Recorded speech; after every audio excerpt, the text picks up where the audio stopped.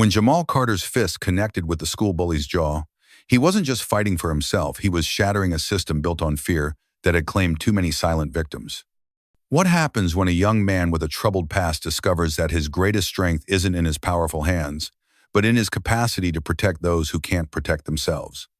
This extraordinary journey from labeled troublemaker to unlikely hero reveals how true courage often emerges from our deepest wounds. If you've ever felt powerless, invisible, or pushed to your breaking point, this story will remind you that sometimes standing up changes everything, not just for yourself, but for everyone watching. Stay until the very end to witness the moment that transforms not just these characters, but might change how you see your own battles. Hit that subscribe button if you believe in second chances, and comment below about a time someone stood up for you when you needed it most. The moment Jamal Carter stepped through the metal detectors at Westridge High, he could feel the weight of 32 pairs of eyes judging him, sizing him up like prey. This wasn't just his third school in 2 years. It was his last chance. Portland's morning fog clung to the windows of the aging brick building as Jamal and his grandfather, Mr. Walter Carter, walked silently through the administration wing. Unlike the gleaming schools across town where kids drove BMWs to class, Westridge High's glory days were visible only in faded championship banners and peeling paint. For Jamal, though, the school's appearance didn't matter. What mattered was survival. "Remember what we talked about?" his grandfather whispered, his calloused hand resting briefly on Jamal's shoulder. "Your anger is like fire.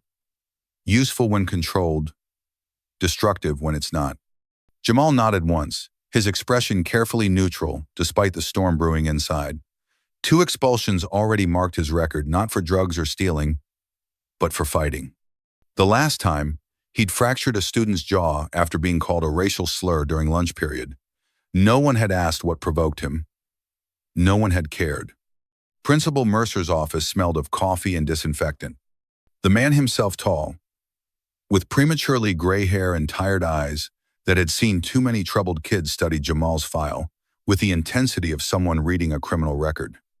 "Mr. Carter," he said, not looking up, "your transcripts show excellent grades alongside concerning behavior. Let me be crystal clear. Westridge has a zero-tolerance policy for violence. This is your final chance. One incident, just one, and you're out of options in this district. Do I make myself understood?" "Yes, sir," Jamal replied, voice steady despite the unfairness burning in his chest.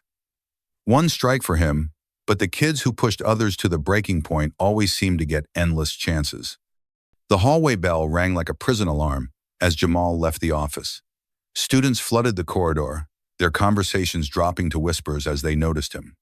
6'2" with shoulders built from years of training at his uncle's boxing gym, Jamal knew how he appeared to them: intimidating, dangerous. Another stereotype walking. Miss Hammond, his homeroom teacher, had kind eyes that contrasted with her no-nonsense posture. "Everyone," she announced, "this is Jamal Carter. He's joining us from Roosevelt High." Scanning the room for an empty seat, Jamal avoided the back row where the loudest students lounged with predatory eyes. Instead, he spotted an open desk beside a skinny boy with wire-rimmed glasses and nervous hands. The boy was hunched over a notebook filled with equations that looked college level. As Jamal slid into the seat, the boy glanced up, surprise flashing across his face before being replaced with cautious curiosity. "I'm Noah," he whispered, offering a slight nod instead of a handshake, as if sensing Jamal's need for space. "Jamal," he responded simply, noticing how Noah's backpack was meticulously organized with color-coded folders and how his sweater had been carefully mended at the elbow, someone who had little but took care of what he owned. The morning passed in a blur of introductions and syllabi, but Jamal remained hyper-aware of the whispers that followed him. His grandfather's words echoed in his mind. "You don't have to prove yourself with your fists anymore." But as lunch period approached, Jamal couldn't shake the feeling that Westridge High would test that promise sooner rather than later. No one expected the cafeteria to fall silent when Jamal entered, yet every conversation hushed as he crossed the threshold, tray in hand, searching for somewhere to sit among the sea of unfamiliar faces. 3 hours into his first day, and Westridge High had already sorted Jamal into a familiar category, the outsider. He moved with deliberate calm, ignoring the stares as he navigated between tables of students who seemed to have known each other since kindergarten. Just as he resigned himself to eating alone, he spotted Noah Phillips sitting by himself near a window, surrounded by empty chairs like an invisible force field kept others away. "Mind if I sit?" Jamal asked, already setting his tray down. Up close, Noah looked even more fragile, with dark circles under intelligent eyes, suggesting nights spent awake rather than sleeping. Noah glanced up from his advanced physics textbook, surprised. "You sure? Sitting here is basically social suicide on your first day." "Already dead then," Jamal replied with a hint of a smile. "Besides, I'm not here to win popularity contests." As they ate, Noah gradually revealed pieces of himself, his single mother battling multiple sclerosis, working night shifts as a nurse before her condition worsened, his scholarship hopes for MIT, the hours he spent at the public library tutoring younger kids to earn extra money for medications. He spoke matter-of-factly, without self-pity, as if these hardships were simply the cards he'd been dealt. "What about you?" Noah asked, pushing his homemade sandwich aside. "Roosevelt High. That's where the incident happened, right? It's all over social media." Jamal tensed. "You Googled me?" "People talk," Noah shrugged. "But rumors are usually garbage. I'd rather hear the truth from the source." Before Jamal could respond, a basketball slammed onto their table, scattering food everywhere and soaking Noah's physics notes in chocolate milk. Derek Jackson, Westridge's star quarterback, loomed over them, flanked by 3 teammates in matching Letterman jackets. "Phillips, my English essay needs editing by tomorrow," Derek demanded, his voice carrying across the now silent cafeteria. "And make sure it actually sounds like me this time, or you'll need new glasses again." Jamal felt his pulse quicken, the familiar heat of anger rising in his chest. Noah's eyes dropped to the table, his shoulders curving inward like a wounded animal anticipating another blow. "He's busy," Jamal said quietly, standing up slowly, his 6'2" frame now clearly visible to everyone watching. Derek looked Jamal up and down, smirking. "Well, if it isn't Roosevelt's finest. Heard you like fighting. That true or just another scared boy hiding behind rumors?" The cafeteria had become an arena, phones already raised to capture whatever happened next. Principal Mercer's warning echoed in Jamal's mind on incident, and he was finished. "I'm just trying to eat lunch," Jamal replied evenly, carefully controlling his breathing the way his uncle had taught him. Derek reached down, grabbed Noah's physics notebook, the one with MIT prep, carefully written on the cover, and tossed it into a nearby trash can. "When I want something done, Phillips delivers. That's how it works here." Something in Jamal snapped. Not the familiar rage, but a cold clarity. When Derek's hand shot out to grab Noah's collar, Jamal moved with the precise timing that came from countless hours in the boxing ring. He caught Derek's wrist mid-air, applying just enough pressure to the nerve points to make the quarterback's fingers involuntarily release. "Back off," Jamal said softly, his voice barely audible, yet somehow filling the entire room. Now, what happened next would be replayed on hundreds of phones throughout Portland by nightfall. Derek throwing a wild punch, Jamal slipping it effortlessly, and 3 precise movements later, all 4 football players sprawled on the cafeteria floor, dazed but unhurt except for their pride. Noah stared at Jamal, eyes wide with a mixture of fear and awe. "You realize you just changed everything, right?" The instant Principal Mercer's office door closed behind them, Jamal knew the verdict before the words were spoken in school suspension for the rest of the week. Yet something unexpected happened when the principal reviewed the cafeteria's security footage alongside the dozen student videos that had already gone viral. 4 days suspension instead of expulsion, Principal Mercer said, his expression unreadable. "Not because what you did was right, but because what they did was wrong." He leaned forward, lowering his voice. "This doesn't mean I approve of how you handled it, Mr. Carter, but I'm not blind to what I just saw in those videos." Jamal's grandfather remained silent during the drive home, the ancient Buick's engine filling the space between them. It wasn't until they pulled into their modest driveway that Walter Carter finally spoke. "You promised no fighting," he said, weathered hands still gripping the steering wheel. "I promised not to let anger control me," Jamal corrected quietly. "I wasn't angry, Grandpa. I was in control the entire time." The old man studied his grandson's face before nodding once. "Your Uncle Leon will want to hear about this." Tomorrow, attentiveness and respect. By Friday afternoon, as he prepared for his return to classes, his phone buzzed with a text from a number he didn't recognize. It's Noah. Can we talk? Library, 4 p.m. The Portland Public Library stood like a sanctuary among the noise of downtown. Jamal found Noah tucked away in the reference section, surrounded by medical textbooks with impossibly long titles. Everyone's talking about what happened, Noah said without preamble. Derek's been suspended for 2 weeks. The videos have over 50,000 views. He fidgeted with his pencil, a nervous habit Jamal had already noticed. Why'd you do it? You knew you'd get in trouble. Jamal considered the question, searching for words to explain something he hadn't fully understood himself until that moment. When I saw him going after you, it wasn't about me anymore. It wasn't about anger, it was about choice. Noah's eyes met his, searching for the truth. I've been dealing with Derek since 6th grade. No one's ever stepped in before. Well, I did, Jamal said simply, and I would again. Silence stretched between them, comfortable rather than awkward. Finally, Noah closed his textbook. I want you to teach me. Teach you what? Whatever you did in that cafeteria, how to defend myself. The request was quiet but determined. I'm sick of being everyone's punching bag. Jamal studied his new friend-thin wrists, hunched shoulders, a lifetime of backing down written in his posture. It's not just about throwing punches. It's about standing differently in the world. Then teach me that too. The following Saturday morning, they met at Eastside Community Boxing, a converted warehouse in one of Portland's historically black neighborhoods. The gym's faded sign and worn equipment belied the energy inside the rhythmic sound of jump ropes slapping concrete, the staccato pop of gloves hitting bags, the encouraging shouts of trainers. Uncle Leon Carter, a former middleweight contender with hands that told stories of 100 fights, raised an eyebrow when Jamal walked in with Noah. This the one from school? Jamal nodded. Noah Phillips. He wants to learn. Leon circled Noah slowly, assessing. Why? You looking to get revenge on those football players? No, sir, Noah answered, meeting the older man's gaze.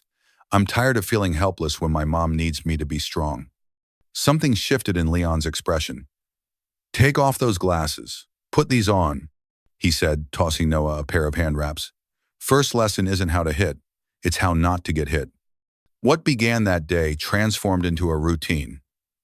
Every weekend, sometimes after school, Jamal and Noah would train. Noah had zero coordination and even less stamina at first, but he listened intently and never complained, even when his muscles screamed and his lungs burned. He took notes on footwork the way he did physics problems, analyzing angles and weight distribution with scientific precision. For Jamal, something unexpected happened during those sessions. The gym had always been his refuge, his private sanctuary. Now, watching Noah struggle through jumping rope, celebrating when he finally executed a perfect jab, Jamal found himself laughing, genuinely laughing, for the first time in years. You're smiling more, his grandfather commented one evening after Noah had gone home. It looks good on you. Jamal didn't respond, but as he lay in bed that night, he realized a fundamental truth. In trying to teach Noah strength, he was rediscovering his own humanity. The walls he'd built after years of being the angry black kid at school were beginning to crack, letting light into places long kept dark. If you've ever felt like an outsider or struggled to find your place, hit that like button. This story isn't over, in fact, it's just beginning. Subscribe now to see how Jamal and Noah face the challenges ahead, and leave a comment about a time you stood up for someone who couldn't stand up for themselves. Sometimes the most powerful thing we can do is choose courage when the world expects fear. Just as Jamal began to believe Westridge High might actually become more than just another stop in his troubled academic journey, the fragile peace shattered one rainy Monday morning. The metallic clang of his locker door echoed through the empty hallway as Jamal arrived early to finish a biology assignment. When he swung it open, the stench hit him, first rotting food smeared across his textbooks. Then his eyes registered the words, spray-painted inside, Jungle Fighter, alongside a crude racial slur. His fingers curled into fists, knuckles white with the effort of restraint as memories of similar incidents at his previous schools flooded back. Don't react. That's what they want, came a soft voice behind him. Aisha Williams, student council vice president and until 3 weeks ago, Derek Jackson's girlfriend, stood watching with concerned eyes. Unlike the other popular students who avoided Jamal since the cafeteria incident, Aisha had started acknowledging him with small nods in the hallway, brief smiles during shared classes. You shouldn't be seen talking to me, Jamal said, his voice carefully neutral as he began removing the damaged books. Aisha stepped closer, pulling tissues from her bag to help clean the mess. Because you stood up to Derek? Half secretly cheered when you did that. And the other half? They're why your locker looks like this, she replied, her expression darkening. Derek's been telling everyone you attacked him for no reason. It's nonsense, but people believe what's convenient. Together they cleaned in silence until the warning bell rang. As Aisha turned to leave, she hesitated. You're not what I expected, Jamal Carter. What did you expect? Someone angry, dangerous. She met his eyes. But I've been watching. You're careful with your power. That's rare. Her words followed him through the day, a counterbalance to the whispers and sideways glances from Derek's supporters. By afternoon, the vandalism incident had spread through school, sides being taken, lines being drawn. When Noah didn't show up for their shared physics class, Jamal felt a growing unease that only intensified when his friend finally appeared at their usual meeting spot after school. The bruise blooming beneath Noah's left eye couldn't be hidden by his glasses, which now sat slightly crooked on his face. He avoided Jamal's gaze, slinging his backpack higher on his shoulder with a barely concealed wince. Who? Jamal demanded, the single word carrying the weight of promised retribution. Doesn't matter. Noah's voice was flat.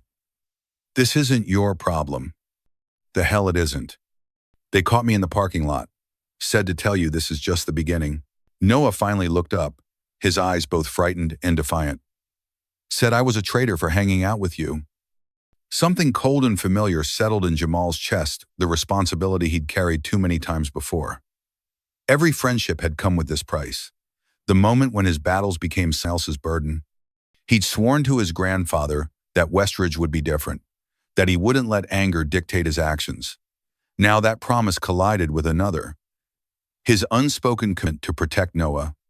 At the gym that afternoon, Noah trained with a ferocity Jamal hadn't seen before, ignoring the pain that flashed across his face with each movement. When Uncle Leon asked about the bruise, Noah simply said, I need to work harder. During a water break, Jamal held the punching bag while Noah practiced combinations, each strike more desperate than the last. Without warning, Noah's form collapsed, his next punch landing wildly off target. Focus, Jamal snapped, frustration and fear for his friend boiling over. You're throwing yourself off balance with every hit. I'm trying, Noah shot back, his voice cracking. Try harder. This isn't some physics equation. If you can't protect yourself out there, then what? I'll get beaten up again? Tell me something I don't know. Noah's eyes welled with angry tears. Not everyone is built like you, Jamal. Some of us have to work 10 times harder just to stand a chance. Jamal stepped forward, grabbing Noah's shoulders to correct his stance, his movements sharp with barely contained rage. Noah flinched violently, the instinctive reaction of someone who expected to be struck. Not helped. The gym fell silent. Noah's flinch hung between them like an accusation. Jamal released him immediately, backing away, horror washing over him as he recognized what had just happened. He had become the very threat he'd promised to protect Noah from. I'm sorry, Jamal whispered, hands hanging uselessly at his sides. I should never. It's fine, Noah interrupted, but his posture remained defensive, guarded. Let's just keep going. But it wasn't fine, and they both knew it. As they resumed training in uncomfortable silence, Jamal confronted a painful truth. His anger, however justified, could destroy what he most wanted to protect. The real fight wasn't against Derek or his crew, it was against the rage that had been Jamal's companion for so long he'd forgotten how to exist without it. Uncle Leon watched from across the gym, his expression unreadable. Later, as Noah gathered his things to leave, the older man approached Jamal. That boy's not training to fight. He's training to survive. There's a difference. I know, Jamal replied, the weight of his mistake still heavy on his shoulders. Do you? Because from where I stand, you're still fighting old battles. Question is, are they worth losing new friends over? The guilt from Noah's flinch lingered like a phantom weight on Jamal's shoulders for days afterward, a constant reminder of how easily anger could transform protector into threat. When Saturday morning arrived, Jamal arrived at the gym early, determined to apologize properly, only to find someone unexpected waiting outside the locked doors. Cameron Wright leaned against the brick wall, hands shoved deep in his jacket pockets, his muscular frame unmistakable even without his usual Letterman jacket. As Derek Jackson's former best friend and linebacker for the Westridge football team, Cameron had been notably absent from the cafeteria confrontation and from school since that day. You lost? Jamal asked, instantly on guard, scanning the street for any sign of Derek or his other friends. Cameron straightened, his expression difficult to read. I'm alone. Just want to talk. About what? About why I quit the team. About why I'm here. Cameron's voice held none of the swagger Jamal associated with Derek's crew. I saw what happened to Noah. What they did to your locker. He hesitated. I used to be part of that. I won out. Jamal unlocked the gym door but blocked the entrance. Why should I believe you? Cameron met his gaze steadily. Because I've known Derek since 3rd grade, and I never had the guts to walk away until I saw you stand up to him. 4 years on the same team, and it took me watching someone else's courage to find mine. The door behind them opened as Uncle Leon arrived, keys jangling. He looked between the two teenagers, eyebrow raised in silent question. Cameron wants to train with us, Jamal explained, still uncertain. Does he now?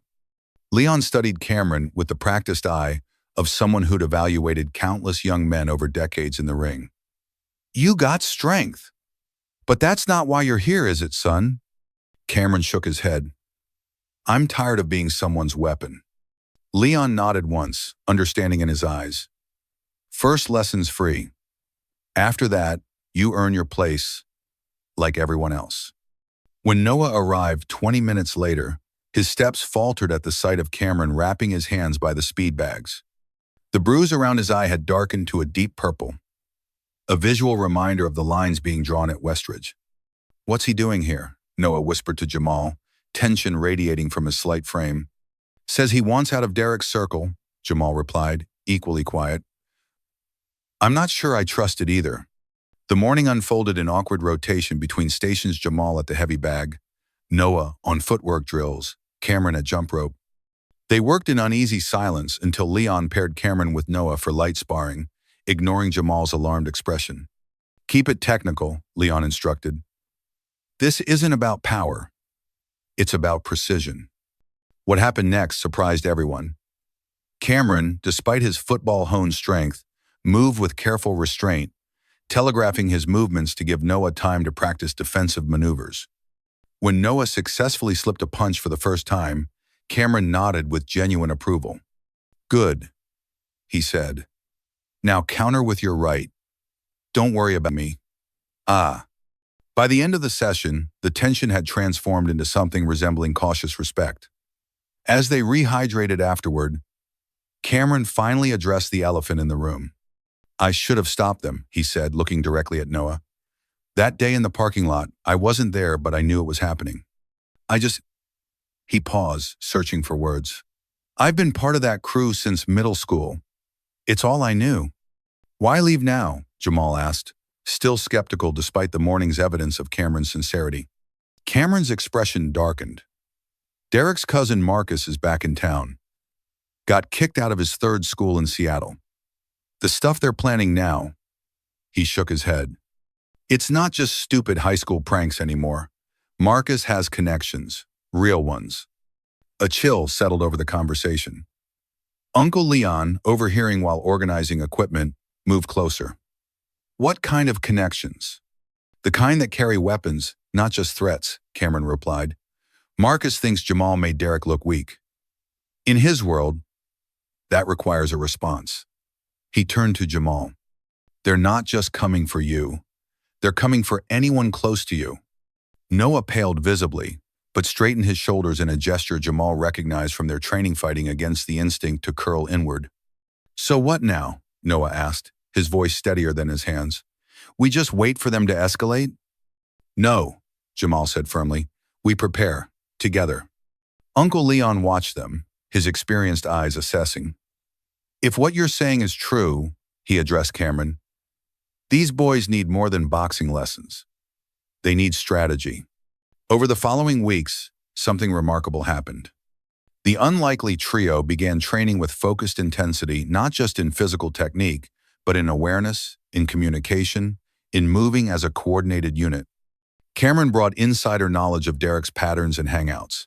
Noah contributed analytical thinking, mapping safer routes through school, and creating a system for checking in with each other throughout the day. Jamal provided the defensive foundation, teaching them both to recognize threats before they materialized. At school, their alliance didn't go unnoticed. Aisha began sitting with them at lunch, bringing with her a handful of other students tired of Derek's shadow looming over the campus. The island of outcasts gradually expanded into something resembling community. Noah's mother, initially concerned about her son's bruised face, watched with cautious pride as his posture straightened, his confidence grew. One evening, as Jamal walked Noah home, Miss Phillips invited him in for dinner, a simple meal of spaghetti stretched to accommodate an extra guest.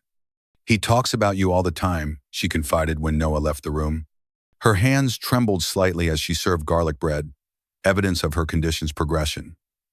"It's good to finally meet the young man who's teaching my son to stand tall." "He's teaching me too," Jamal replied honestly. "How to be a friend. I didn't have many before." The evening ended with Miss Phillips showing Jamal Noah's MIT application essays, pride illuminating her tired features. "He's going to make it," she said with fierce certainty. "Whatever happens with his health, my son has a future." The moment felt sacred, fragilely a glimpse of what was at stake beyond high school politics. As Jamal walked home through Portland's drizzle, he realized how much more complex his responsibility had become. This wasn't just about standing up to bullies anymore. It was about protecting dreams, futures, families. The following morning, that protective instinct was put to the test when all three boys found identical notes taped to their lockers. 3 words, typed in bold. "You're next. Traitors." Cameron crumpled his note, jaw tight. "Marcus is making his move soon. I can feel it." Jamal nodded, scanning the hallway for threats. "Then we'll be ready." What none of them realized was how little time they had, or that their growing alliance had already triggered the worst possible reaction from those who thrived on fear. The clock was ticking toward a confrontation none of them could fully prepare for, especially when the stakes were about to become life or death. The threats escalated faster than anyone anticipated. 3 days after those ominous notes appeared on their lockers, the calculated intimidation transformed into something far more dangerous when Noah didn't show up for their morning meeting spot before school. At first, Jamal and Cameron assumed he was running late. Then they thought perhaps he was homesick. But when first period ended with still no word and Noah's perfect attendance record hanging in the balance, a familiar dread settled in Jamal's stomach, the instinctive recognition that something was deeply wrong. "He's not answering texts," Cameron confirmed, his voice tight with worry as they huddled in the stairwell between classes. "And he always answers. Always." Jamal tried calling Miss Phillips, but the call went straight to voicemail. "She works night shifts. She might be sleeping." "Or something happened to both of them," Cameron said, voicing the fear growing between them. The confirmation of their worst fears arrived during lunch period, not with a shout or commotion, but with the quiet vibration of Jamal's phone. An unknown number. A single text message containing a photo of Noah. The image showed him seated in what appeared to be an abandoned building, zip ties around his wrists, a bruise blooming fresh on his cheekbone beside the one that had barely begun to fade. The message beneath the photo was simple. "East Side Industrial District, Warehouse 17, 5 p.m. Come alone or he bleeds more." Jamal's hands trembled as he showed Cameron the message. "It's Marcus," Cameron whispered, face draining of color. "That's his signature move, the zip ties. He did the same thing at his last school. Kid ended up with a broken arm." "We need to call the police," Jamal said immediately, already dialing. Cameron grabbed his wrist. "Wait. Marcus has lookouts. If police show up, Noah becomes a liability instead of leverage. His eyes met Jamal's, the fear in them tempered by resolve. We go, but not alone and not unprepared. The hours that followed passed in a blur of strategic planning. They left school separately to avoid detection, meeting at Uncle Leon's gym where they laid out everything for the older man. Leon's expression grew graver with each detail. I'm calling the police, he insisted after hearing them out. This is beyond teenage fighting. This is kidnapping. If we call now, Noah gets hurt, Jamal argued, desperation edging his voice. You've taught us how to handle ourselves. We can get him out. What you're describing isn't a boxing match with rules, Jamal. These boys have weapons, numbers, and nothing to lose. So do we, Cameron interjected. We know that warehouse district. Dad worked security there before the layoffs. I know how to get in undetected. He pulled out his phone, showing a rough map he'd drawn.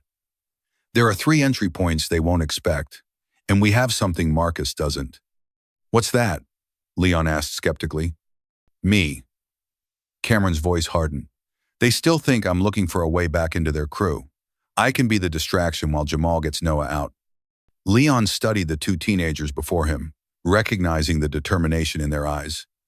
Finally, he sighed and walked to the back office, returning with a small duffel bag. 20 minutes? He said firmly. You have 20 minutes to get in and get out. After that, I'm calling the police, and you'll have bigger problems than high school bullies.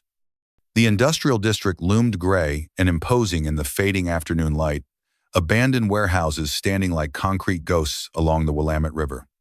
Warehouse 17's faded numbers were barely visible on its rusted door as Jamal and Cameron approached from separate directions, connected by earbuds and whispered coordination. 5 guys total, Cameron reported after a cautious reconnaissance. Marcus, Derek, and 3 others I don't recognize. Noah's in the main floor area, tied to a chair. They've got at least 1 knife visible. Jamal's heart hammered against his ribs as he moved silently along the perimeter, remembering Uncle Leon's final words. This isn't about fighting, it's about saving a life. Be smarter than they are. The plan was simple. In theory, Cameron would create a distraction at the front entrance, while Jamal entered through a broken window near the back, using the warehouse's labyrinthine interior to reach Noah undetected. But as with most plans made in desperation, reality proved more complicated. Cameron's distraction worked initially. Pretending to be alone and interested in rejoining the crew, he drew Marcus and 2 others toward the main entrance. Jamal seized the opportunity, slipping through the window and navigating the shadowy interior toward the center where Noah sat slumped in a metal chair. What Jamal hadn't anticipated was Derek's position hidden behind a concrete pillar with a clear view of Noah. The moment Jamal moved toward his friend, Derek spotted him, shouting an alarm that echoed through the cavernous space. Run! Noah yelled, his voice hoarse, trying to tip his chair over to create confusion. Instead of fleeing, Jamal charged forward, crossing the distance to Noah with the explosive speed that had made him a formidable boxer.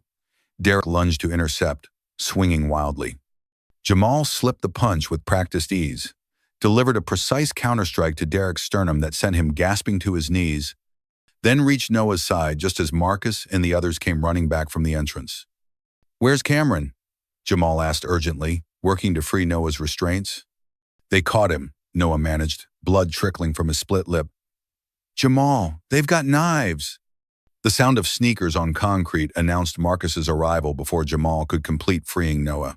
He turned to face the threat, positioning himself between Noah and danger as Marcus stepped into view. Unlike Derek's blind aggression, Marcus moved with calculated menace, a switchblade glinting in his hand.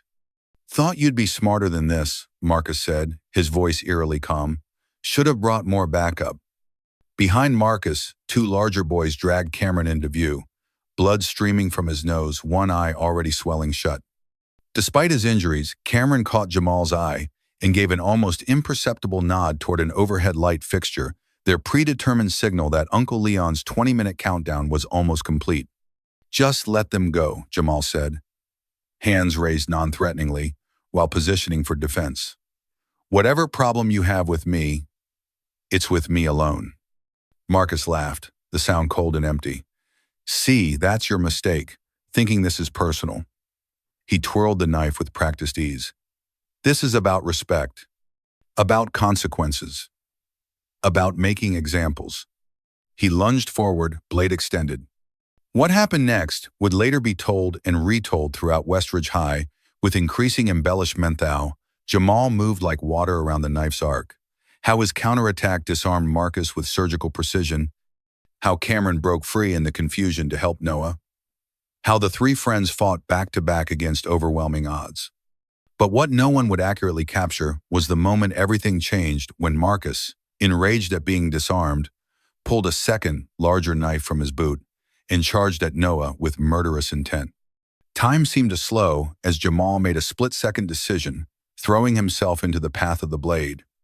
The pain was immediate, searing hot across his ribs as the knife connected. But Jamal didn't falter. His counterstrike caught Marcus under the chin with such force that the older boy's head snapped back, his body collapsing unconscious before he hit the ground. In the sudden stillness that followed, three sounds became distinct.